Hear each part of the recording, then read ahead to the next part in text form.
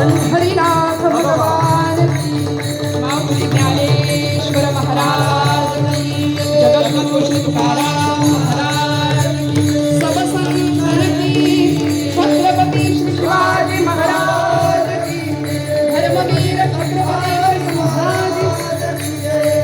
नमः पार्वती पते हर हर महादेव।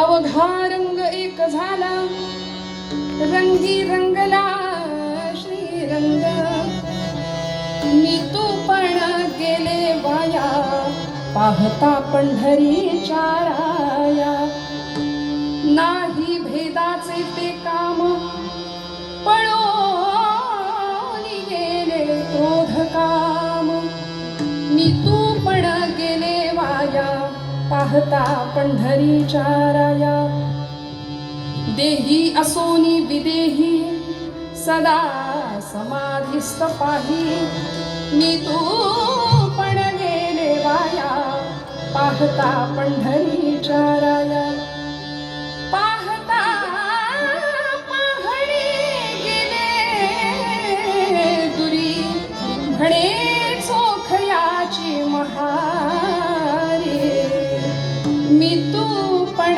गेले वाया, पाहता पंढरीच्या राया, श्री पंढरीशा पतित पावना, पंढरीशा पतित पावना, श्री पंढरीशा पतित पावना, पंढरीशा पतित पावना, एक विज्ञापना पाया पावन, एक विज्ञापना पाया पावन, सकल जीवांचा करीतो सांभाळ, जीवांचा करीतो सांभाळ, सकल जीवांचा करीतो सांभाळ, जीवांचा करीतो सांभाळ, ऐशी चराचरी प्रिदावळी, ऐशी चराचरी पांडुरंगा करू प्रथम नमन, दुसरे चरण संतांची या, त्यांच्या कृपादाने कथेचा विस्तार बाबाजी सद्गुरु दास तुका। ओम नमो ज्ञानेश्वरा करुणाकरा दयाळा, तुमचा अनुग्रह लाधलो पावन झालो चराचरी, मस्तक हे पायावरी आवार करी संतांच्या, ब्रह्मानंदं परमसुखदं केवलं ज्ञानमूर्तिं, द्वन्द्वातीतं गगनसदृशं तत्त्वमस्यादिलक्ष्यम्, एकं नित्यं विमलमचलं सर्वधी साक्षीभूतं, भावातीतं त्रिगुणरहितं सद्गुरुं तन्नमामि।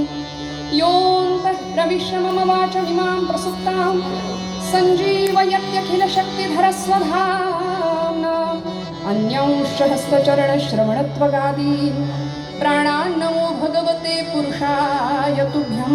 वचनायिका कमळापती माझी रंगाची विनंती, कर जोडितो कथे काळी आपण असावे जवळी, घ्यावी घ्यावी माझी सेवा दीन दुर्बळाची देवा, दीन दुर्बळाची देवा, दीन दुर्बळाची देवा।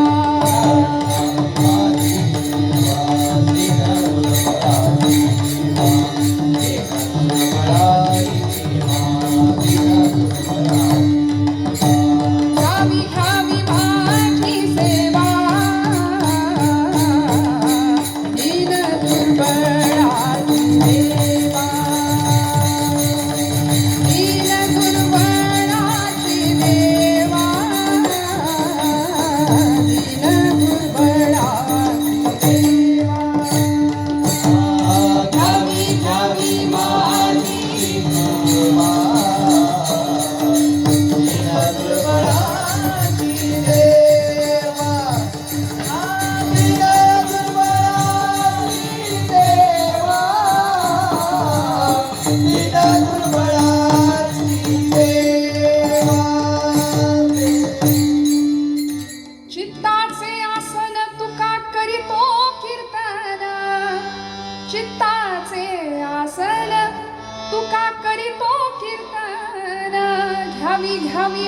करी सेवा दीन दुर्बळाची देवा.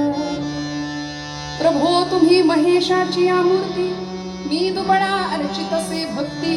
बोल जरी गंगावती तरी स्वीकारारती. विठ्ठल विठ्ठल.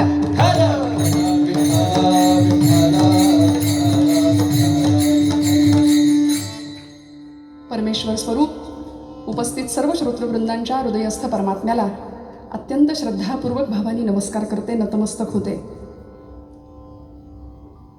जगदीश मूर्ती, महेशाच्या मूर्ती असं ज्या शब्दामध्ये संतांनी श्रोत्यांचं वर्णन केलं, तरी अवधान ऐकले दीजे मग सर्व सुखासी पात्र होईजे. हे प्रतिज्ञोत्तर माझे उघड ऐका, अशी क्रांतिकारी प्रतिज्ञा श्रवण भक्तीच्या माध्यमातून माऊली करतात. सगळी सुख जर कुठं प्राप्त होत असतील तर ती फक्त श्रवणाच्या माध्यमातून. म्हणून काल, आज आणि उद्या अशी 3 दिवस ज्ञान आणि भक्ती असा सुंदर संगम या सरस्वती मातेच्या प्रांगणामध्ये इथे आयोजित केला गेलाय. कैवल्य साम्राज्य चक्रवर्ती विश्वमाऊली ज्ञानोबरायांच्या सप्तशतकोत्तर सुवर्ण महोत्सवी जयंती वर्षानिमित्त हा 3 दिवसांचा अत्यंत सुंदर असा सोहळा ज्ञानोबा ते तुकोबा अशी राष्ट्रीय परिषद, अत्यंत सुंदर अशा सद्भावना संवेदना इथं एकत्र आल्यात. त्यामुळे मला वेगळ्या शब्दांची जुळवाजुळव करायला फार कष्ट पडणार नाहीत, पण आपल्या सगळ्यांचे आशीर्वाद सुरुवातीला मागते. कारण म्हणोनी थोरपणा परा सांडिजे व्युत्पत्ती आघवी विसरिजे, जे जगा धाकुटे होईजे ते जवळीक माझी. या ज्ञानोबरायांच्या उक्तीनुसार माझ्या समोर उपस्थित असलेली ही ज्ञानगंगा आहे याची मला जाणीव आहे. जसं गंगेच्या पाण्यात उभं राहावं आणि सूर्याला अर्घ्य द्यावं, तसं मनापासून सगळ्यांना नमस्कार करते. उपस्थितांच्या मध्ये प्रगल्भ मंडळी आहेत, जी बुद्धीची उपासक मंडळी आहेत, सरस्वती मातेची उपासक मंडळी आहेत. त्यामुळे सगळ्यांच्या चरणारविंदी कृतज्ञतापूर्वक वंदन. ज्या निमित्ताने आपण सगळे इथे आलो ते निमित्त गोड आहे. कालचा एकादशीचा मराठी भाषा दिनाचा पर्वकाळ म्हणूया आपण आपल्यासाठी. आणि अत्यंत सुंदर अशा या वातावरणामध्ये सौहार्दपूर्ण आणि सहृदय अंतःकरणाने आपण सगळे इथे उपस्थित आहात. माझ्या परमभाग्याने आपल्या सगळ्यांच्या समोर आज सेवेसाठी उपस्थित राहता आलं. सेवेसाठी उपस्थित असलेली ही सर्व आमची वारकरी निष्ठावंत मंडळी, यांच्यासाठी एकदा टाळ्या वाजवाल खणखणीत. मनापासून ही सर्व मंडळी, गायक वादक सगळ्यांना नमस्कार करते. आमचे विणेकरी श्री संत नामदेव महाराज अध्यासन, श्री संत तुकोबरायांचं अध्यासन, श्री संत ज्ञानेश्वर महाराज अध्यासन, हिंदी विभाग असू दे, संस्कृत विभाग असू दे, मराठी विभाग, तत्त्वज्ञान विभाग, ललित कला केंद्र, ही सगळी मंडळी एकत्र आली. आपण ऐकलं तसं अष्टदल एकत्र आलं आणि अत्यंत सुंदर असा हा भक्तीचा ज्ञानाचा सोहळा. खऱ्या अर्थी ही दिवाळी ज्ञानाची. आणि आपण सर्व मंडळी कीर्तनाच्या माध्यमातून आज या सायंकाळी कीर्तनाच्या माध्यमातून भगवंताच्या जवळ जावं आणि जेणेकरून ही मूर्ती ठसावी अंतरी श्रीहरीची, ऐसी कीर्तन मर्यादा हो संतांच्या घरची. जसं हृदयाला देव्हारा बनवावा आणि भगवंत कीर्तनात यावा, अशी या भक्तीची फलश्रुती आणि या गादीचं महात्म्य. म्हणून मनापासून सगळ्यांच्या चरणारविंदी वंदन करते. मला ज्ञात आहे सर्व गुरुतुल्य आणि अत्यंत मोठी माणसं माझ्या समोर आहेत. त्यामुळं आपुलिया बळे नाही मी बोलत, सखा भगवंत कृपा त्याची, साळुंकी मंजुळ बोलत असे वाणी बोलविता धनी वेगळाची. खूप कळतं म्हणून नाही, थोडंफार कळावं म्हणून इथं उभी आहे असं समजा. सगळ्यांचे आशीर्वाद मागते. निरूपण सेवेसाठी निवडलेला अभंग मला आमच्या हरिभक्तीपरायण सचिन महाराज असतील, पराग महाराज असतील, या सर्वच मंडळींनी, उदागी महाराज असतील, या सर्व मंडळींनी जाणीवपूर्वक सांगितलं होतं की स्त्री संत मालिकेतला अभंग असावा. आणि म्हणून मला आनंद वाटतो की अत्यंत सुंदर असा 700 वर्षापूर्वी पांडुरंग परमात्म्याचं अत्यंत लाडकं असं व्यक्तिमत्व, भक्त होऊन गेले श्री संत श्रेष्ठ श्री चोखोबाराय. चोखोबारायांच्या पत्नी सोयराबाई महाराज यांचा 5 चरणांचा अत्यंत सुंदर असा ब्रह्मैक्याचा अनुभव घेतल्यानंतर स्वतःला आलेला अनुभव किंवा निर्माण झालेल्या अंतरंग स्थितीचं वर्णन करणारा हा अभंग आहे. विठ्ठल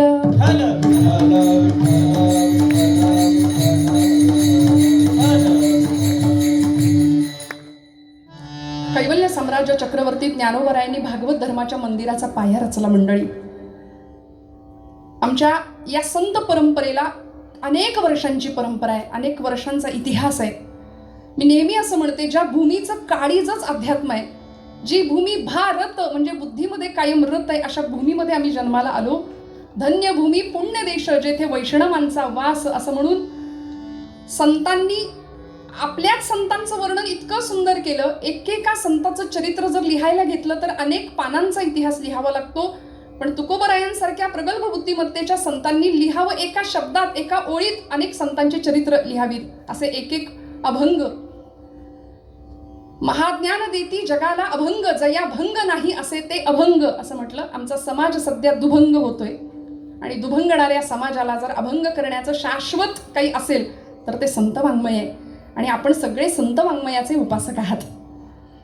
संतांच्या पदस्पर्शाने पुनीत झालेले आपण महाराष्ट्रामध्ये राहतो, पुण्यनगरीमध्ये राहतो. आणि पुणे विद्यापीठ जे विद्येचं माहेरघर आहे, अशा या विद्यापीठामध्ये श्री संत नामदेव महाराजांच्या अध्यासन या त्यांच्या नावाने असलेल्या या सभागृहामध्ये आज आपण सगळे उपस्थित आहोत.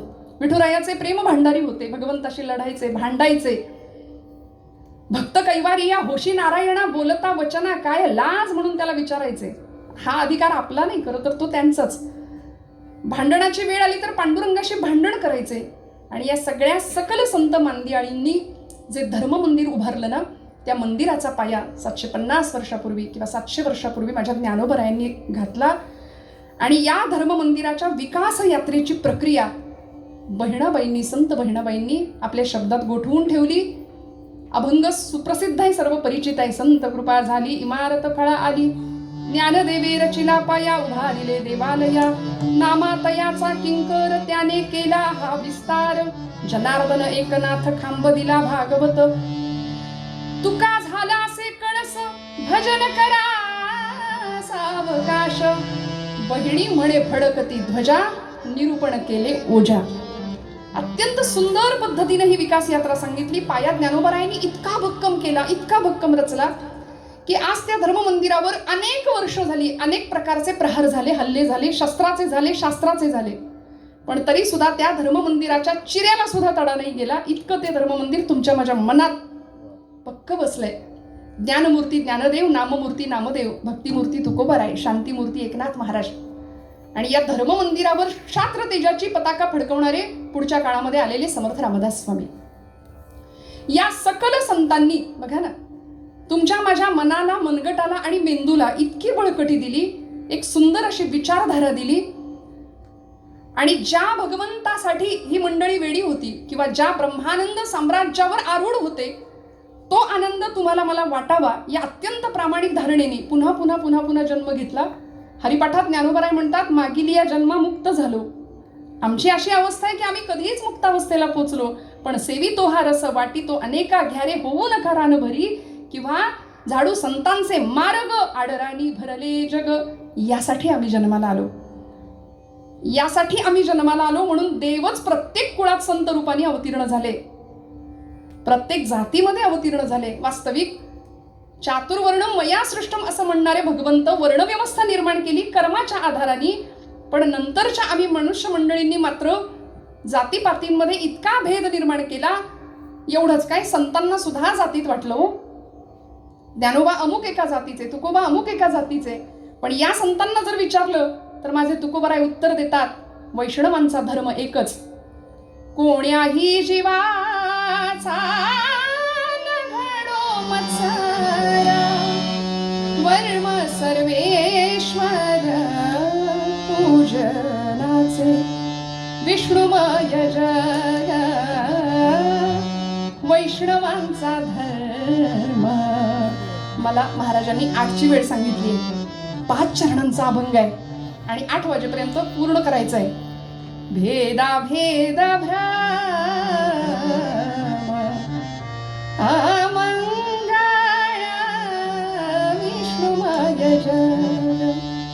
सगळे एकत्र आले.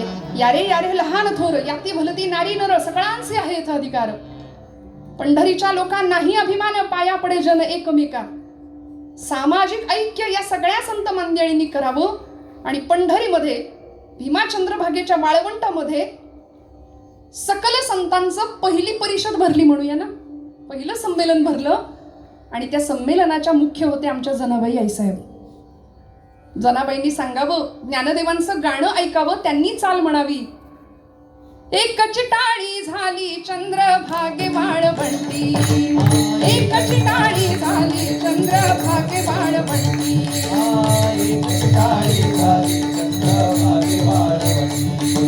माझा ज्ञान राजा, माझा ज्ञान राजा गोपाळासी लाह्या वाटी.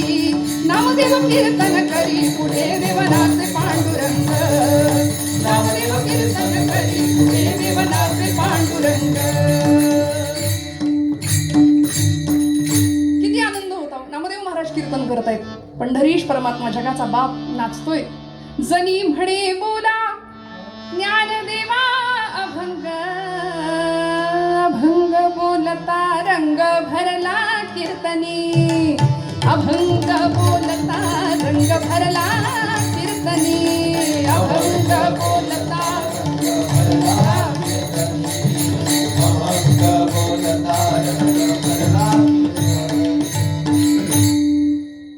जनाबाईंनी सांगावं ज्ञानदेवांना की ज्ञानराजा आता तुम्ही चाल गा कीर्तनातली. इतका अधिकार. सगळी संत मंडळी एकत्र आली. कुणालाही अभिमान नाही. सगळे भेद गळून पडले. भेदाभेदाच्या सगळ्या भिंती पळून गेल्या आणि सगळे एका रंगात रंगले. हो, महाराष्ट्राच्या मातीला एकच रंग माहिती आहे, तो म्हणजे पांडुरंगाचा रंग. पांडुरंग परमात्म्याच्या कपाळावर असलेला गंध. आणि आम्ही ज्याच्या माध्यमांनी आता सध्या सगळीकडे प्रवास करताना ज्याच्याशिवाय आमचं भागत नाही असं गुगल मॅप, दोन्ही सारखं आहे ना दिसायला. परमात्मा म्हणतो तुम्ही कुठेही फिरा, सगळे प्रवाह माझ्या पायाशी येऊन पोहोचतात. शेवटी यायचंय तुम्हाला इथंच. चित्त चैतन्य चोरून नेले, ज्ञानोबरायांचा अनुभव आहे. नदीचं मूळ स्वरूप समुद्रच असं आहे. सूर्याच्या उष्णतेने समुद्राच्या पाण्याची वाफ होते. ती वाफ हलकी असल्या कारणाने वर जाते. पर्जन्यवृष्टी होते. पर्वतांमधून दर्या कपाऱ्यांमधून वाहत वाहत पाणी सपाट पृष्ठभागावर येतं आणि संथ वाहते कृष्णामाई अशा पद्धतीने संथ प्रवाह तिचा वाहत वाहत वाहत परत जाऊन मिळतो तो समुद्राला. म्हणून भगवंत आपलं आणि त्याचं नातं सांगत असताना ममैवांशो जीवलोके जीवभूत सनातनः, सनातन संबंध सांगतो ना. मग या जीवाशिवाचा जो सनातन संबंध आहे तो संबंध प्रत्येक जीवाला कळावा याकरता संतांचं काळीच खर्चळलं. तो भगवंत खरं तर एकटा होता. त्याला ही सृष्टी रंगवाविषयी वाटली. एकटा असलेलं परब्रह्म अनेक झालं. एकोहम बहुस्याम या न्यायाने सृष्टी निर्माण केली. निळोबराय म्हणाले एकला न कंठेची म्हणून या येणे, केली निर्माणे ओ 14 ही भुवने. काय काय निर्माण केलं? गगन मेघ सूर्य चंद्र तारांगणे, पंचही महाभूते भौतिके भिन्ने भिन्ने वो. ऐसा लाघवी या माया सूत्रधारी, ऐसा लाघवी या माया सूत्रधारी, ऐसा लाघवी या माया सूत्रधारी, ऐसा लाघवी या माया सूत्रधारी. त्यांनी सृष्टी निर्माण केली. ज्याची या नाभी कमळी जन्म चतुरानना, ज्याची या महातेज तेज हुताशना, ज्याची या प्रकाश प्रकाश रवी किरणा, येण्याची पढवुनी वेद केला शहाणावो. वेदांना शहाणपण ज्यांनी दिलं असा भगवंत अनेक झाला, अनेक रूपांनी नटला. तुकोबरायांनी एक क्षेपक अभंग आहे पण त्याच्यामध्ये वर्णन केलं. देव रंगारी रंगारी रंग त्रिभुवनाचा करी, मायापट रंगविला पंचकर्ण मेळविला. सगळ्या सृष्टीला त्यांनी रंगवलं. आणि असा भगवंत, त्या भगवंताच्याकडे असलेलं सुख किंवा त्याच्या चरणांमध्ये असलेलं सुख त्याला कसं मिळेल म्हणून भागवतामधली कथा आपल्याला माहिती आहे. प्रलय काळामध्ये ज्यावेळी सगळी सृष्टी जलमय व्हायची वेळ आली तेव्हा हा भगवंत बालमुकुंदाचं रूप घेतलं आणि एका वटपत्रावरती पहुडले. करारविंदेन पदारविंदे मुखारविंदे विनिवेशयन्तं, वटस्य पत्रस्य पुटे शयानं, बालं मुकुन्दं मनसा स्मरामि. श्रीकृष्ण गोविंद हरे मुरारे, हे नाथ नारायण वासुदेव. भगवंत असे पहुडले आणि आमच्या या गादीचे मालक आद्य कीर्तनकार आपण म्हणतो देवर्षी नारद आचार्य, भक्तीचे आचार्य, 84 भक्ती सूत्र आम्हाला दिली. अथातो भक्तिम व्याख्यास्याम म्हणाले. प्रेम स्वरूपा अनिर्वचनीय अशी भक्ती आम्हाला ज्यांनी समजावून सांगितली असे देवर्षी नारद आमचे जुने कीर्तनकार म्हणायचे. देवर्षी स्वर्गातून स्वर्गात यायचे. देवर्षी नारद स्वर्गातून स्वर्गात यायचे. कायम झणत्कार विणेचा नारायण नारायण. भगवंताला असं पाहिलं आणि हसायला लागले. भगवंत म्हणाले, अगदी अज्ञानाचं सोंग आणून भगवंत विचारतायत, देवर्षी मला हसता? म्हणाले, हो देवा, हसू नाही तर काय करू? तुम्ही सर्व शक्तिमान, सामर्थ्य संपन्न, सगळं जग निर्माण करणारे तुम्ही आहात. कसे आहात तुम्ही? जाणे अजमी अजर, अक्षमी अक्षर, अपूर्वमी अपार स्वानंदमी. हे तुम्ही सांगितलेलं तुमचं रूप आहे. आणि तुम्ही असे असताना असे झोपता, असे पहुडलात. पायाचा अंगठा भगवंतांनी मुखात घेतलाय आणि ते चोखतायत. त्यावेळी नारद हसले आणि भगवंत विचारतायत, नारदा का हसता? बरं, मी हे असं का केलं त्याचं कारण तर विचारा. देवर्षी म्हणाले, सांगा ना देवा, का केलं? भगवंत म्हणाले, प्रत्येक युगात मी अवताराला आलो. प्रत्येक युगात मी अनेक नावांनी अवतार धारण केला. सगळी भक्त मंडळी माझ्या या पायांकडे येतात. असं काय सुख आहे माझ्या पायांमध्ये ते मला बघायचं. त्या पायात नेमकं आहे तरी काय हे मला पाहायचंय. म्हणून म्हणाले, मी हा असा वेश किंवा असा अवतार धारण केलाय. बालम मुकुंदम मनसा स्मरामी. आचार्यांनी वर्णन केलं त्या भगवंताचं. नारद म्हणाले, देवा, मी बोललो तर कदाचित तुम्हाला राग येईल. बघा ना, आमच्या देवर्षी नारदांचं प्रत्येक कथेमध्ये किंवा कुठल्याही प्रसंगामधलं आगमन हे कशा करता होतं. आणि लोकांनी आमच्या देवर्षींना कळ लावे म्हणून सांगून टाकलं. कथा कीर्तनकार जिथं आग लावली तिथं ते देवर्षी नारद उभेच राहिले. पण जिथं कळ लावली त्या परिस्थितीविषयी, त्या सामाजिक अवस्थेविषयी किंवा त्या परिस्थितीविषयी त्यांच्या मनात कळकळ होती. सगळ्या कळी त्यांच्याकडे होत्या, सगळ्या चाव्या त्यांच्याकडे होत्या. आणि म्हणून देवर्षींनी सांगितलं, देवा, तुम्हाला जर तुमच्याकडे काय आहे हे जर कळायचं असेल ना, तर तुम्हालाही पायावर डोकं ठेवावं लागेल. तुम्हालाही अशा पायावर डोकं ठेवावं लागेल. आणि त्याकरता काय करावं लागेल हे तुमचं तुम्ही बघा म्हणाले. तुकोबारायांनी उत्तर दिलंय, कुमुदिनी काय जाणे परिमळ, कुमुदिनी काय जाणे परिमळ, भ्रमरा सकळा भोगीत असे, कुमुदिनी काय जाणे. कमळाला कुठं माहिती असतं आपल्याकडे काय आहे. भ्रमर त्यात येतो, परागकण सेवन करतो, त्याचा आस्वाद घेतो. तसं देवा तुला नाही माहिती तुझ्याकडे काय आहे. म्हणून भगवंतांनी विचार करावा. आणि त्यानंतर अनेक अवतार निर्माण झाले. ब्रह्मदेवांनी या सृष्टीची रचना केली. मत्स्य, कच्छ, वराह, वामन, नरसिंह, परशुराम, वामन, रामकृष्ण अनेक अवतार झाले. आणि मग भगवान पंढरीनाथ द्वापार युगानंतर भगवान पंढरीनाथ पंढरी क्षेत्रामध्ये आनंद अद्वय नित्य निरामय जे का निज ध्येय योगियांचे ते हे समचरण साजिरे विटेवर या न्यायाने उभे राहिले. भक्तांची वाट बघत तिष्ठत उभे राहिले. आणि त्यानंतर 1000 वर्षांनी काय चमत्कार घडला हो. लोपू नये किंवा असं घडू नये असं घडलं. धर्म लोपला, धर्म बुडायची अवस्था आली. आणि मग काय चमत्कार झाला. लोपले ज्ञान जगी हित नेणती कोणी, अवतार पांडुरंग नाम ठेविले ज्ञानी. ज्ञानेशो भगवान विष्णू निवृत्तीर भगवान हरहा, सोपानो भगवान ब्रह्मा मुक्ताख्या ब्रह्मचित्कला. तिन्ही देव जैसे परब्रह्मीचे ठसे या न्यायाने जन्माला आले.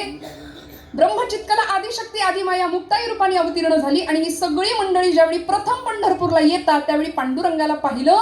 आणि जवळ असलेल्या मुक्ताई आईसाहेबांना, बहिणीला माऊली म्हणतात, साजणी रूप पाहता लोचनी सुख झाले गे साजणी. तो हा विठ्ठल बरवा, तो हा माधव बरवा. आणि मग माऊली म्हणतात, देवा, आता तोच हा माधव आहे की जो मी पाहिला होता. पुन्हा अवतार पंढरीश परमात्माच ज्ञानदेव रूपाने जन्माला येतात. तो महाविष्णूचाच अवतार जन्म घेतात आणि आपल्या पायाशी असलेलं सुख अनुभवतात. आणि देवाला सांगतात, देवा, आता आपण दोन जरी असलो, द्वैत अद्वैत आणि अद्वैत्व या स्थितीला पोहोचायचं. दोन जरी असलो तरी एकपणाचा अनुभव घ्यायचा. म्हणजे काय? रंगा येई वो रंगा येई वो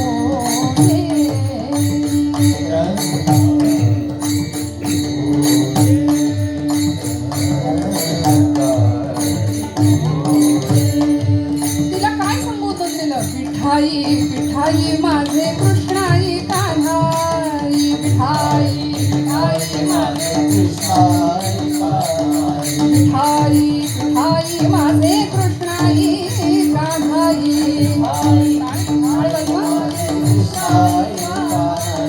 विठाई विठाई माझे कृष्णाई कान्हाई.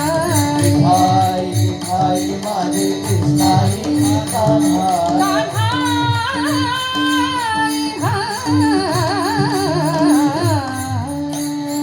रंगा येई वो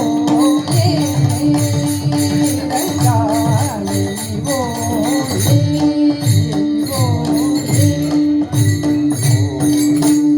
विठाई किठाई माझे कृष्णाई कान्हाई.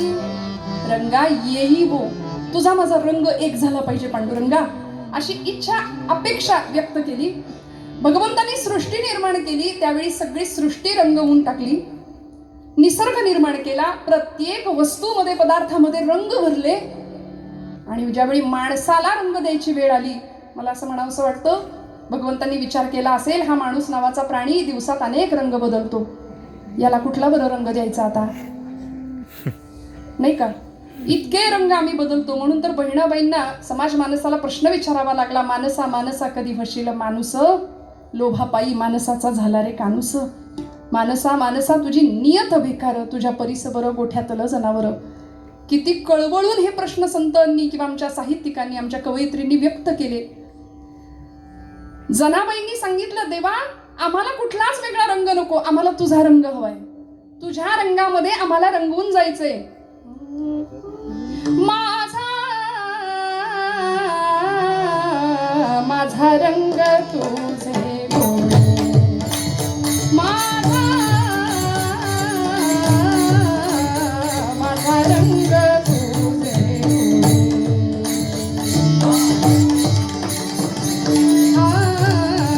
माझा रंग तुझे माझा माझा रंग तुझे म्हणे नामयाची जनी, म्हणे नामयाची जनी, म्हणे नामयाची जनी. भीमा भीमा आणि चंद्रभागा, भीमा भीमा आणि चंद्रभागा. ते पांढरी 2 पांढरी 6 असं आपल्याला खेळावं लागणार. विठ्ठल विठ्ठल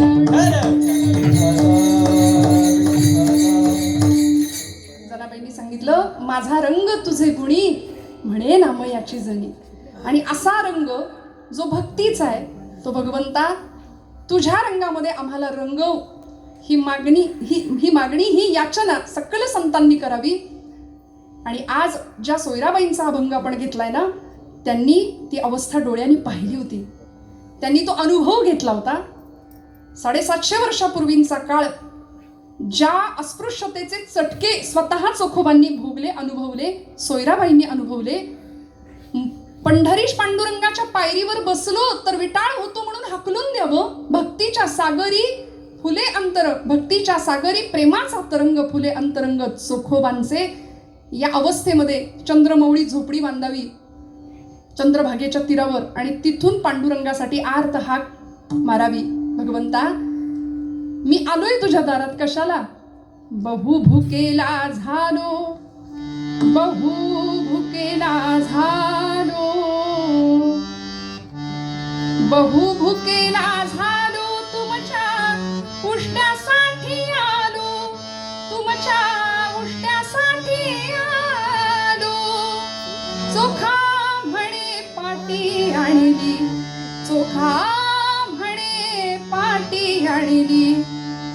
उष्ट्यासाठी आणली, तुमच्या उष्ट्यासाठी आणली.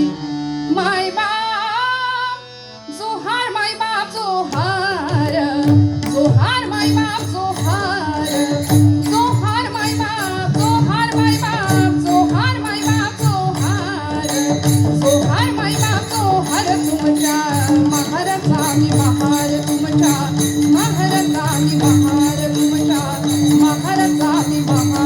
माय बाप जोहार, माय बाप जोहार, जोहार माय बाप जोहार, जोहार माय बाप जोहार. पांडुरंग परमात्म्याकडे जोहार घालावा, देवा तुमच्या उष्ट्यासाठी आलो. बघा ना, इतक्या आर्त भावाने भगवंताला प्रार्थना करावी, याचना करावी, देव भेटावं म्हणून रडत होते.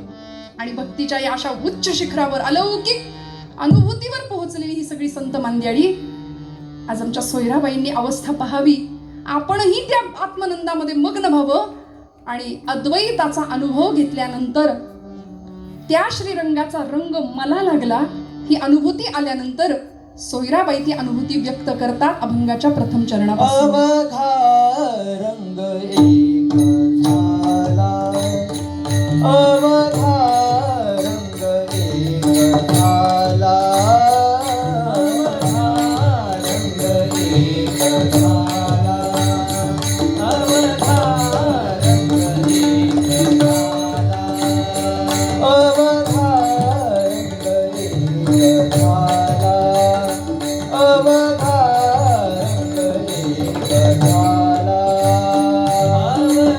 अवघा रंग एक झाला. रंगीरंग लासी रंग, रंगीरंग लासी रंग, मी तो पण गेले माया, मी तो पण गेले माया.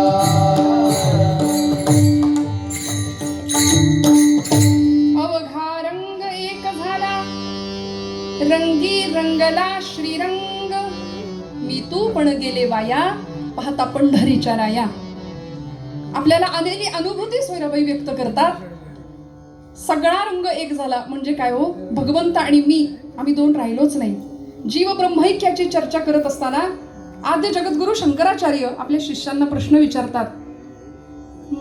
किंते ज्योतिर्वदस्वहनि रविरिहमे चंद्रदीपादिरात्रौ स्यादेवं भानुदीपादिक परिकलने किं तव ज्योतिरस्मि चक्षुस्तन्मीलने भवति च किं सुतरां धीर्धियः किं प्रकाशे तत्रैवाहं ततसि परमकं ज्योतिरस्मि प्रभोऽहं ढळ ढळ. एक झालं म्हणजे नेमकं काय झालं, देव पहावयासी गेलो तेथे देवची होऊन ठेलो. देवापासून मी वेगळा आहे हे मला माहिती आहे, पण त्याच्यापासून अभिन्न होऊन मी त्याची पूजा भक्ती करता करता मी तोच होऊन गेलो. हा आलेला भक्ताला आलेला अत्यंत विलक्षण असा अनुभव. अवघा रंग एक झाला, रंगी रंगला श्रीरंग. आणि ते एकत्व काय आहे, ते मी पण संपणं काय असतं किंवा जीव शिव ऐक्याचा अनुभव कसा घ्यायचा याची चर्चा ज्यावेळी आचार्य करतात आणि आपल्या शिष्याला प्रश्न विचारतात. किंते ज्योतिही, सांग मला या सगळ्या विश्वाच्या मागे कोण आहे. सगळं जग आम्हाला प्रकाशमान दिसतंय, ते कुणामुळे, ते कशामुळे. किंते ज्योतिही, सगळं जग प्रकाशमान दिसतं ते कुणामुळे. शिष्याने उत्तर दिलं आचार्य सोपा आहे. चंद्रदीपादिरात्रौ, अहनी रविही, दिवसा सूर्य आणि रात्री चंद्रामुळे सगळं विश्व प्रकाशमान आहे. त्यांनी दिलेलं उत्तर आचार्य प्रसन्न झाले, म्हणाले अगदी खरं आहे तुझं. दिवसा सूर्यामुळे आणि रात्री चंद्रामुळे प्रकाशमान आहेत, पण हे तुला कशामुळे कळतंय. चंद्रामुळे रात्र आणि सूर्यामुळे दिवस प्रकाशमान आहे हे तुला कशामुळे कळतं. आचार्यांनी उत्तर दिलं, विद्यार्थ्यांनी उत्तर दिलं चक्षुहू, डोळ्यांमुळे कळतं. माझ्या डोळ्यांना कळतं हा सूर्य आहे, हा चंद्र आहे, हे जग आहे, हे विश्व आहे, याला पांडुरंग म्हणतात, याला कृष्ण म्हणतात. हे माझ्या डोळ्यांना कळतं. म्हणून चंद्र सूर्याचा प्रकाशक सुद्धा जर कोण असेल तर तो माझा डोळा, माझे डोळे. आचार्य म्हणाले चक्षुस्तन्मीलने भवति च किं सुतराम, डोळ्यांना कशामुळे कळतं रे, याला चंद्र म्हणायचं, याला सूर्य म्हणायचं, याला जग म्हणायचं, हे तुझ्या डोळ्यांना कोणी सांगितलं? त्यांनी उत्तर दिलं, धीही. चंद्र सूर्याचा प्रकाशक तुझे डोळे, तुझ्या डोळ्यांचा प्रकाशक कोण? तो म्हणाला, आचार्य सोप्पं आहे, माझी बुद्धी. माझ्या बुद्धीने मला कळतं की याला अमुक अमुक म्हणतात, माझी बुद्धी सांगते बघितलेल्या वस्तूला काय म्हणायचं. आचार्य म्हणाले, अगदी बरोबर. धीर धियः किं प्रकाशे, बुद्धीचा प्रकाशक कोण आहे रे बाबा? तुझ्या बुद्धीला कशामुळे कळतं? आचार्य म्हणाला, तो शिष्य म्हणाला, आचार्य किती सोपं आहे. अहो तो मीच नाही का? तत्रैव अहम. मीच नाही का तो जो माझ्या बुद्धीला सांगतो याला अमुक अमुक म्हणतात? आचार्य म्हणाले, तो जो मी आहे ना, तत्रैव अहम ततसी परमकम ज्योतिरस्मि प्रभोहम. तो जो मी आहे त्याला वेदांताच्या भाषेमध्ये कूटस्थ चैतन्य म्हटलं. तोच आत्मा आहे, तोच जीव आहे. आणि तो जो मी आहे ना, तो मी एकदा संपून गेला की तिथं मीही उरत नाही, तूही उरत नाही. आणि मग येणारा अनुभव काय असतो? मी तू पण गेले दुरी, मी तू पण गेले दुरी,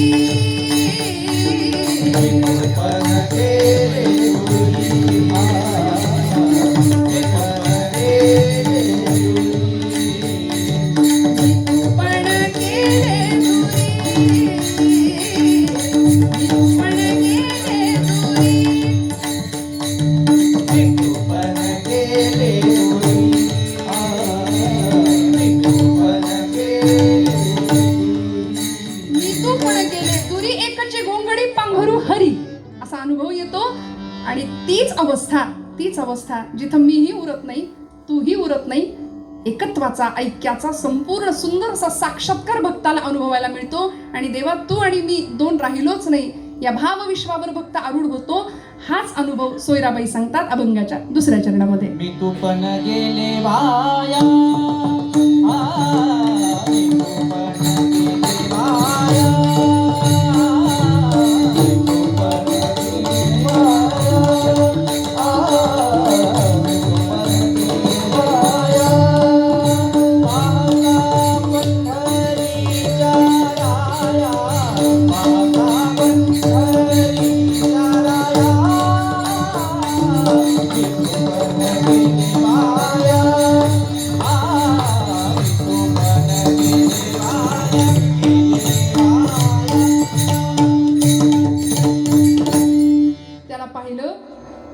आणि पाहण्यामुळे परिणाम असा झाला मंडळी, त्याला बघणं किती महत्वाचं आहे बघा ना. पाहता पंढरीच्या राया. आम्ही काय बघायचं हेही आम्हाला संतांनी सांगून दिलं. आमचं पाहणं होतं पण दर्शन होत नाही. स्वाध्याय परिवाराचे प्रणेते पांडुरंग शास्त्री आठवले, दादा म्हणायचे लोक त्यांना. ते असं सांगायचे, आम्ही सगळे नुसते चालतो, नुसते चालतो, नुसते चालतो. पायांनी चालतो तो प्रवास होतो, पण हृदयानी चालतो ती यात्रा होते, तो प्रवास नाही राहत.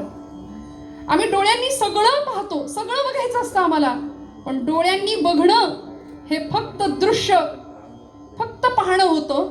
पण हृदयानी पाहिलं तर ते पाहणं नाही, ते दर्शन होतं. आणि असं दर्शन संतांनी घेतलं. तो हारे श्रीहरी पाहिला डोळे भरी, पाहता पाहणे दुरी सारोनिया. तिथं पाहणारा सुद्धा संपला. इतका ऐक्यत्वाचा अनुभव आला की आणि मी आणि तू म्हणजे दोन राहिलेच नाही, अद्वैत अनुभूती घेतली. मी तू पण गेले वाया, पाहता पंढरीच्या राया. भगवंताला पाहिलं. कसा आहे होतो, किती रूपात त्याला पाहता येतं? माऊलीने उत्तर दिलं, अनंत वेशे अनंत रूपे अनंत वेशे, देखिला म्या त्यासी, बाप रखुमा देवी वरू खूण वाढली तैसी, तो म्या देखिला साजणी. योगिया दुर्लभ, योग्यांना दुर्लभ असलेला परमात्मा मी माझ्या डोळ्यांनी पाहिला. आणि कसा पाहिला हो? डोळे भरून पाहिला. म्हणाले ओझरता नाही पाहिला जाता जाता, मी डोळे भरून त्याला पाहिलं. आमचं असं आहे की आम्ही फक्त नमस्कार करतो, पण त्याला पाहायचं राहून जातं की हो, त्याला पाहायचं राहून जातं. आणि तो मनाच्या डोळा देखावे माऊली सांगतात. तो बघायचा असेल तर अंतःचक्षूंनी आम्हाला पाहावं लागेल. सोयराबाईंनी त्याला पाहिलं. पाहता पंढरीच्या राया, मी तू पण गेले वाया. सगळा भेद गळून पडला. आणि मग भेदाची भिंतच जर गळून पडली तर सगळे विकार तिथं थांबत नाहीत, विकार सुद्धा पळून जातात. विकार पळून जातात. एक राजा नगरीचा रस्त्याने चाललाय, हत्यार बंद, 6 शिलेदार शिपाई त्याच्या बाजूला आहेत, चालतायत. त्याच गावातले एक आजोबा आणि त्यांचा नातू सकाळी सकाळी रस्त्याने चालत असताना आता नातवानी आजोबांची आणि नातवाची चर्चा. अलीकडे आता हे 2 व्यक्तिमत्व एकत्र दिसत नाहीत, नाही का. 2G 3G 4G 5G सगळं आलं, पण आजी नाही घरात, अशी परिस्थिती आहे, ठीक आहे. एकत्र कुटुंब पद्धती, कुटुंब व्यवस्था, सगळ्यांनी एकत्र राहणं, गुण्या गोविंदांनी एकत्र भोजन करणं, मायेचा पदर, नात्याची कदर काही नाही राहिलं. म्हणून संतांच्या चरणावर यायचं बरं का. कारण संतांनी आम्हाला फक्त प्रेम दिलंय, फक्त प्रेम वाटलं जगाला. विश्वात्मक स्वरूपाने जगाकडे पाहण्याची दृष्टी ज्ञानोबरायांनी आपल्याला दिली आहे. आता विश्वात्मके देवे ही प्रार्थना केली आहे, कारण आम्ही माणसातला माणूस शोधायचं राहून जातो. देवातला दगडातला देव आम्हाला कधी दिसायचा हो. आम्ही सगळी प्रगती होती आमची, पण मनाचं खुजेपण जास्त वाढत चाललंय. आणि म्हणून संतांच्या पायावर यायचं. त्या नातवाला प्रश्न पडला. आजोबांनी सांगितलं की आजोबा, एक चोराला घेऊन चालली होती सगळी मंडळी, राज्यामध्ये चोरी झाली म्हणून त्या चोराला घेऊन एक 6 शिपाई घेऊन चालले होते त्याला धरून. आणि जात असताना त्या नातवानी विचारलं, आजोबा तो कोण आहे? आजोबा म्हणाले, तो चोर आहे बाळा, तो चोर आहे. चोर? मग एवढी 6 माणसं त्याला घेऊन का बरं चालतायत?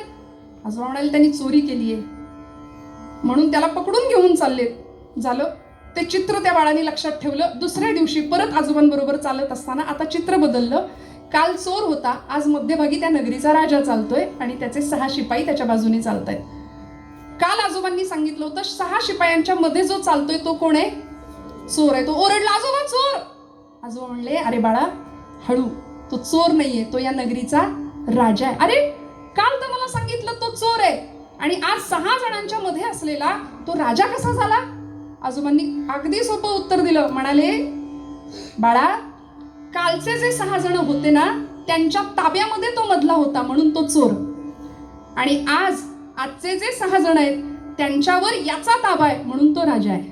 विठ्ठल.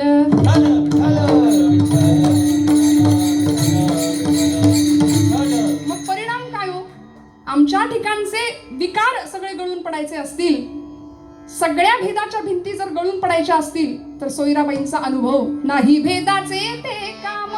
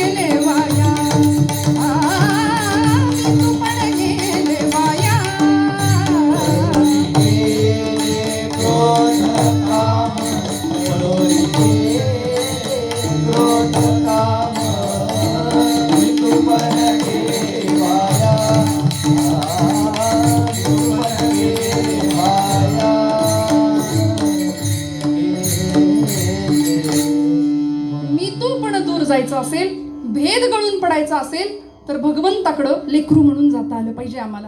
नाही भेदाचे ते काम, पळून गेले क्रोध काम. सगळ्या विकारांवर विजय मिळवायचा असेल आणि हृदयात भगवंत स्थापित व्हायचा असेल तर काय करावं लागेल?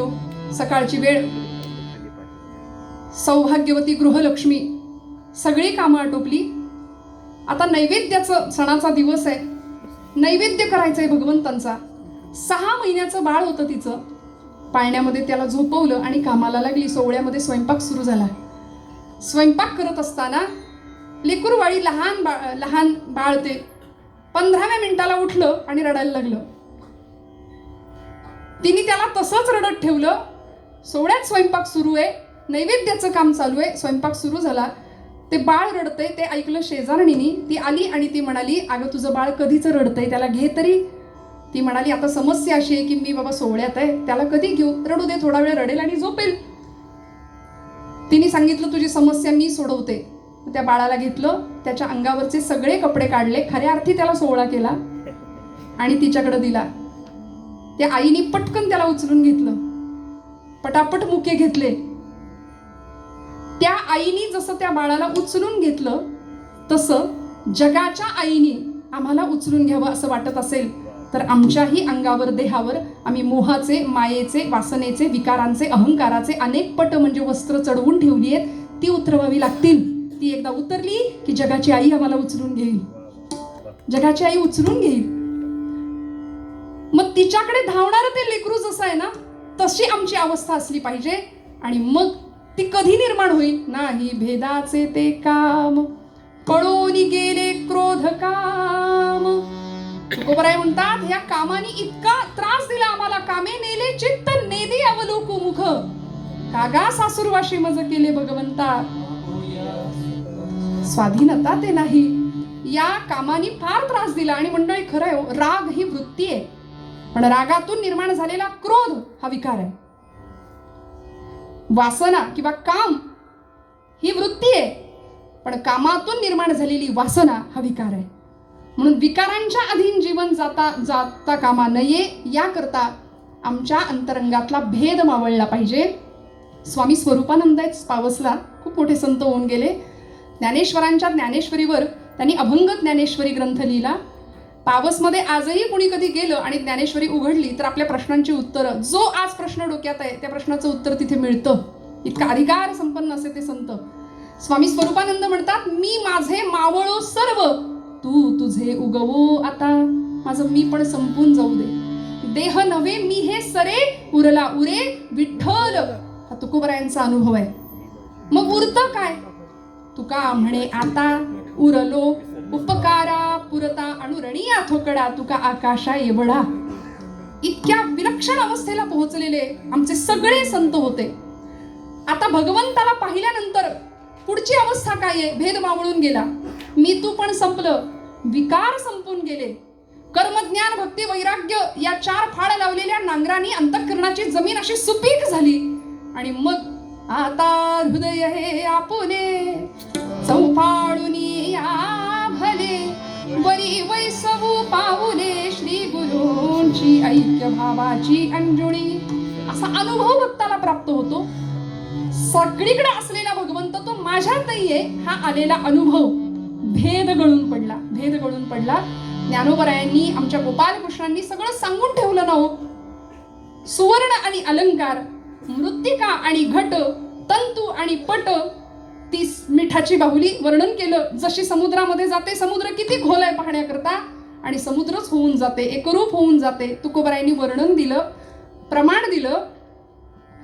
पाण्यावरचा तरंग हा पाण्यापेक्षा वेगळा नसतो म्हणाले. उदकावरील तरंग, तरंग उदकाचे अंग, तरंग उदकाचे अंग, तरंग उदकाचे अंग.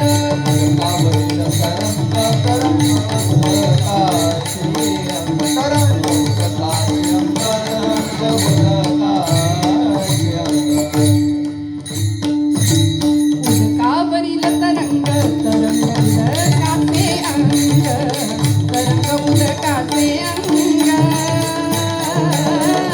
तरंग उदकाचे अंग. उदकावरील तरंग, तरंग उदकाचे अंग, तरंग उदकाचे अंग, तरंग उदकाचे अंग.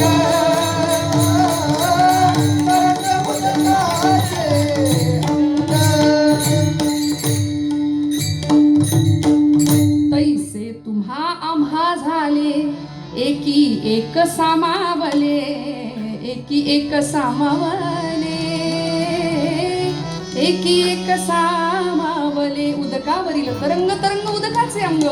जसा तरंग पाण्याहून वेगळा नसतो तसं ज्ञानोबराय सुद्धा आम्हाला सांगतात, सुवर्णाचे मणी केले ते सोनियाचे सुती ओविले, तैसे म्या जग धरिले सबाय अभ्यंतरी सुवर्णाचे मणी केले, सोनं, आणि ते सोन्याचा एक मणी एका तारेमध्ये ओवला.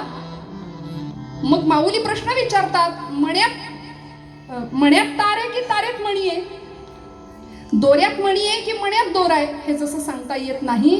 तैसे म्या जग धरिले सबायभ्यंतरी, सर्व भूतांच्या अंदरी, हृदय महा अंबरी, चिद्वृत्तींच्या सहस्रकरी उदयला असे, जो ईश्वर सर्व भूतानां हृदयेषु तिष्ठती, भ्रामयन् सर्व भूतानि यंत्रारूढानि मायया, अशी अवस्था भक्ताला प्राप्त होते. ज्याला मी बाहेर शोधतोय तो भगवंत आतमध्ये आहे, ज्याला मी सगळीकडे शोधतोय तो भगवंत माझ्या आत आहे. आणि मग माझा आणि त्याच्यातला जो भेद आहे तो गळून पडल्यानंतर काय अवस्था निर्माण होते. देही असोनी विदेही सदा समाधिस्थ पाही, मी तो पण गेले वाया पाहता पंढरीच्या राया. देहात आहे पण विदेही अवस्था आहे. देहबुद्धीचा पूर्णपणे नाश झाला. का हो? म्हणजे काय? मीच देह आहे हा बुद्धीने जो निश्चय करून ठेवलाय तो गळून पडला, म्हणजे देहबुद्धी संपली. या देहाच्या पलीकडे मी कुणीतरी वेगळा आहे. आणि तो कोण आहे? कोहम कथमिदम जातम को वै कर्तास्य विद्यते, उपादानम किमस्तिह विचार सोयमिदृशः. मी कोण याचं उत्तर मिळालं आणि परिणाम असा झाला, देही असोनी विदेही. शेगाव निवासी गजानन महाराज, स्वामी समर्थ महाराज, अलीकडच्या काळातले अनेक संत जर आपण पाहिले, जगाने कितीही काहीही करू दे त्याचा परिणाम नाही झाला. विदेही अवस्थेमध्ये असो ऐसा कोठे आठवाची नाही, असो ऐसा कोठे आठवाची नाही, असो ऐसा कोठी आठवती नाही, असो ऐसा कोठी आठवती नाही. देहीच विदेही भोगू दशा, देहीच विदेही भोगू दशा, सर्व सुख द्यालो, सर्व अलंकार, सर्व सुख द्यालो, सर्व अलंकार.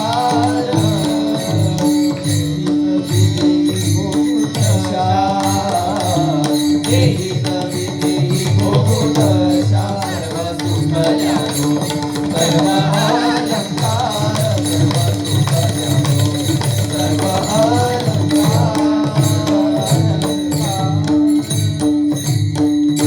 लोकांनी वेडा ठरवावं महाराजांना. काय अवस्था होती हो? महाराज पांडुरंगाला विचारायचे, खरंच का रे पांडुरंगा? लोक मला वेडे म्हणतात, खरंच का रे मी वेडा आहे? पण खरं सांगू का, तुझं वेडच लागलंय मला. मी गातो, नाचतो, आनंदे, वेडा झालो मी तव छंदे.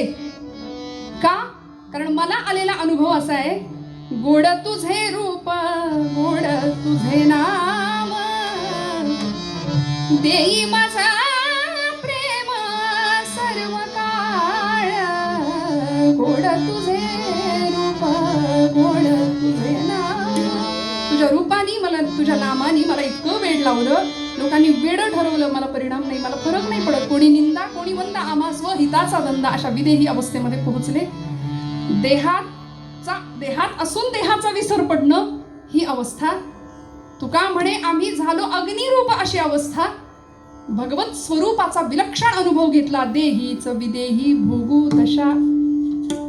सोयराबाई हाच अनुभव आम्हाला सांगतात की या अवस्थेमध्ये देही असोनी विदेही सदा समाधिस्थ पाही. समाधी म्हणजे डोळे मिटून बसणं म्हणजे समाधी नाही हो. डोळे उघडे जरी असले ना तरी चराचर सृष्टीमध्ये भगवंतालाच पाहणं म्हणजे समाधी आहे. चराचर सृष्टीमध्ये ईश्वराचं अस्तित्व पाहणं, घटपटात भरलेला भगवंत उघड्या डोळ्यांनी सुद्धा पाहता यावा म्हणून तर आम्ही भेटल्यानंतर राम राम म्हणतो ना. जो विठ्ठल तुझ्यात आहे तोच माझ्यात आहे. प्रत्येकामध्ये तो भगवंत भरून उरलेला असा भगवंत अंतरंगामध्ये त्याची प्रचिती यावी, ही समाधी अवस्था संतांनी अनुभवली. देही असोनी विदेही सदा समाधिस्थ पाही. मला असं वाटतं आपण ज्यांच्या नावाने या विद्यापीठामध्ये आज आहोत, सावित्रीबाई फुले. जगामध्ये 2 सावित्री झाल्या ना. एका सावित्रीने सूर्याला थांबवलं, आपल्या पतीला माघारी आणलं, आणि एका सावित्रीने जगाला ज्ञानाचा प्रकाश दिला. मला असं वाटतं अध्यात्म या मंडळींना खरं कळलं हो.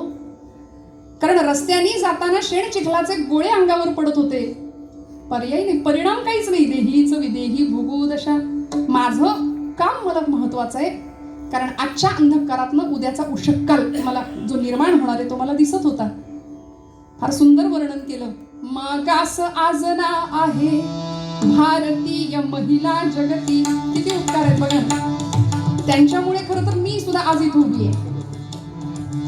एवढे अनंत उपकार. मागास आजना आहे भारतीय महिला जगती, सद्विचार ऐकून पतीचा घेऊन लेखणी हाती, स्त्री शिक्षण देण्यासाठी कटिबद्ध साहली मगती. निंदेचे वादळ उठले, जे उठले तसेच शमले, जे निंदक तेही झुकले. सावित्री आणि ज्योती ह्या प्रणाम कोटी कोटी, सावित्री आणि ज्योती ह्या प्रणाम कोटी कोटी, सावित्री आणि ज्योती ह्या प्रणाम कोटी कोटी. हातामध्ये एक पिशवी, पिशवीमध्ये अजून एक साडी, नेसायची साडी. कारण जाताना सगळी अंगावरची साडी शेण चिखलाच्या गोळ्यांनी भरणार आहे माहिती होतं. तिथं गेल्यानंतर पुन्हा साडी बदलायची, ज्ञानदानाचं पवित्र काम करायचं आणि परत ती मळकी साडी घालून घरी यायचं. लोकांनी दिलेला अनंत असा छळ सहन केला. माझ्या ज्ञानोबरायांची अवस्था, भिक्षा मागण्याकरता कुणाच्या दारात गेले तर कुणी माती टाकायचे, खडे टाकायचे झोळीमध्ये. का हो, काय असं पाप केलं होतं? पण तरी सुद्धा जे खळांची व्यंकटी सांडो तया सत्कर्मी रती वाढो असं उदात्त मागणं, विश्वात्मक भगवंताकडे मागणारे संत विदेही अवस्थेला पोहोचलेले. देहीच विदेही भुगुदशा किंवा देही असोनी विदेही सदा समाधिस्थ पाही. मग त्या भगवंताला आम्ही सगळीकडे पाहिलं. नाथांचा अनुभव आहे. नामदेवरायांनी एका कुत्र्याच्या मागे धावावं तुपाची वाटी घेऊन. किती जगाला क्षमा करून टाकली या सगळ्या संतांनी. मंडळी, आम्ही बघा ना, आम्ही संतांच्या पावलावर पाऊल ठेवून चालतो खरं, पण काही गोष्टी आचरण करणं राहून जातं. संतांच्या नावाचा उद्घोष या भूमीमध्ये होतो. आज तुमच्या माझ्या प्रत्येकाच्या हातामध्ये मोबाईल असतो, पण स्क्रोलिंगमध्ये बराच काळ निघून जातो. संत साहित्य, संत वाङ्मय म्हणून आपल्या सगळ्यांचं का कृतज्ञतापूर्वक धन्यवाद आपल्याला का द्यायचे? कारण आज सगळी मंडळी गुरुतुल्य आहेत. आपण मार्गदर्शक मंडळी आहात. अनेक विद्यार्थी आपल्या हातातून घडतायत आणि सगळीच आपण सर्व मंडळी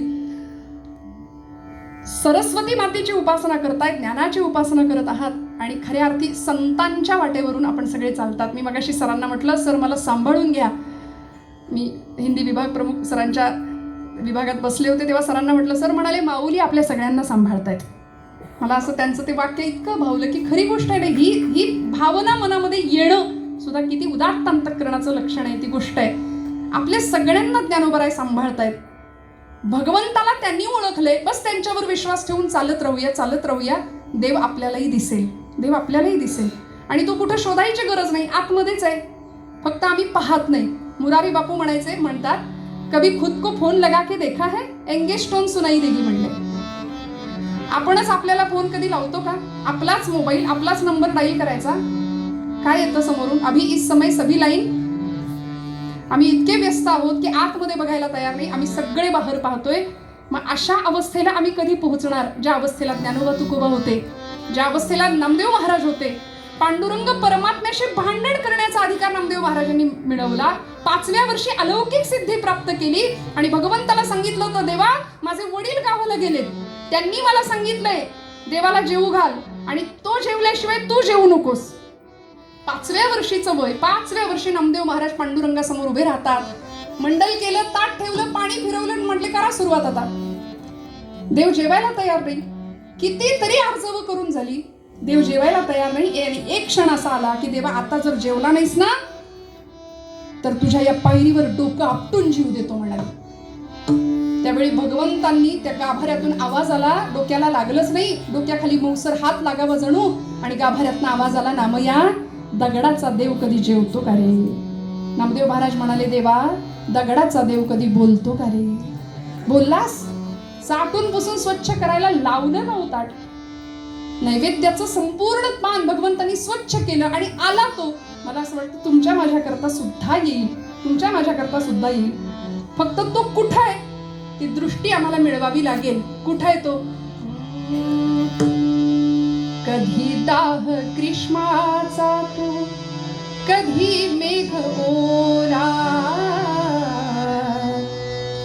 कधी दाह ग्रीष्माचा तू, कधी मेघ ओला, तुझा स्पर्श आणून देतो फुलाला सुवास. चराचरा रंग विशी, चराचरा रंग विशी, रंग तुझा कोणता रे. कोटी कोटी रूपे तुझी, कोटी सूर्य चंद्र तारे. कोटी कोटी रूपे तुझी, कोटी सूर्य चंद्र तारे. कोटी सूर्य चंद्र तारे. कुठे कुठे शोधू तुला, कुठे कुठे शोधू तुला, तुझे अनंत देवारे. कोटी कोटी रूपे तुझी, कोटी सूर्य चंद्र तारे. कोटी कोटी रूपे तुझी, कोटी सूर्य चंद्र तारे. तो भगवंत चराचर सृष्टीमध्ये भरलाय. ही सर्व व्यापी दृष्टी ज्यावेळी तुम्हाला मला प्राप्त होईल, त्यावेळी सोयराबाईंना आलेला अनुभव आपल्यालाही प्राप्त होईल. पाहता पाहणे गेले दुरी, सदा समाधीस्थ पाही, अशा अवस्थेला सोयराबाई पोहोचतात. ती अवस्था आपल्यालाही प्राप्त करायची असेल तर थोडंसं संतांनी जे केलं ते आम्हाला करावं लागेल. मस्त हाताने टाळी, मुखाने नाम, खणखणीत नामगजर करूया. भगवंताला तेच आवडतं. देव कीर्तनात सुखावतो ना, त्याला त्याचं नाम आवडतं, त्याचे गुण आवडतात.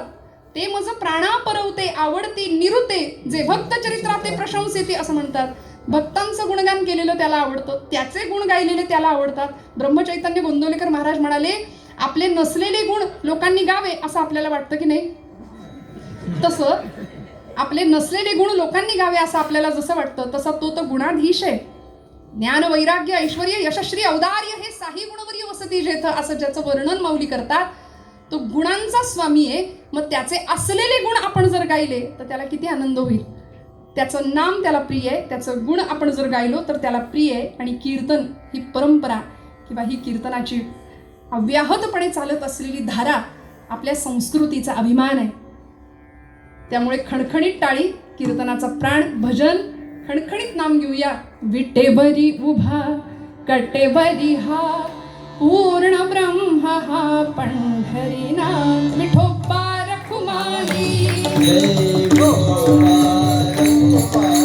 गोपाळ रखुमाई, जय गोपाळ गोपाळ विठोबा रखुमाई, गोपाळ विठोबा रखुमाई, जय जय जय विठोबा रखुमाई.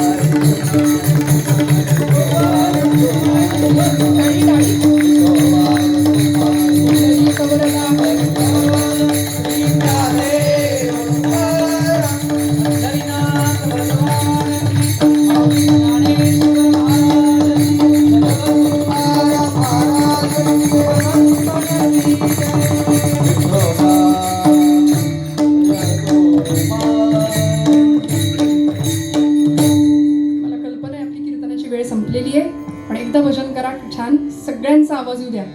विटेवरी उभा कटेवरी हा, पूर्ण ब्रह्म हा पंढरीनाथ. म्हणा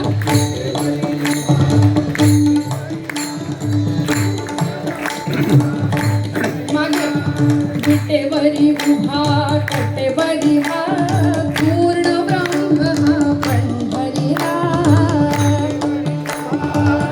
बाबा सगळ्यांचा आवाज होऊ द्या. विटेवरी उभा कटेवरी हा पूर्ण ब्रह्म हा पंढरीला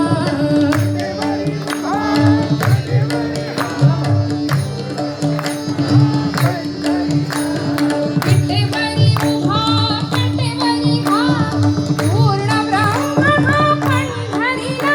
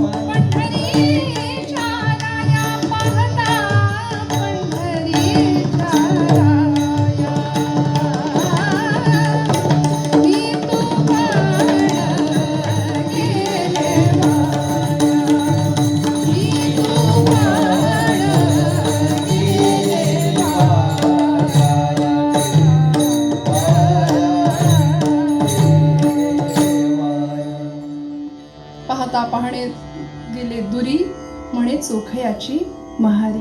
सोयराबाईंनी आपल्याला आलेल्या अत्यंत सुंदर अशा जीव ब्रह्मैक्याच्या स्थितीचं वर्णन प्रस्तुत अभंगामध्ये केलं.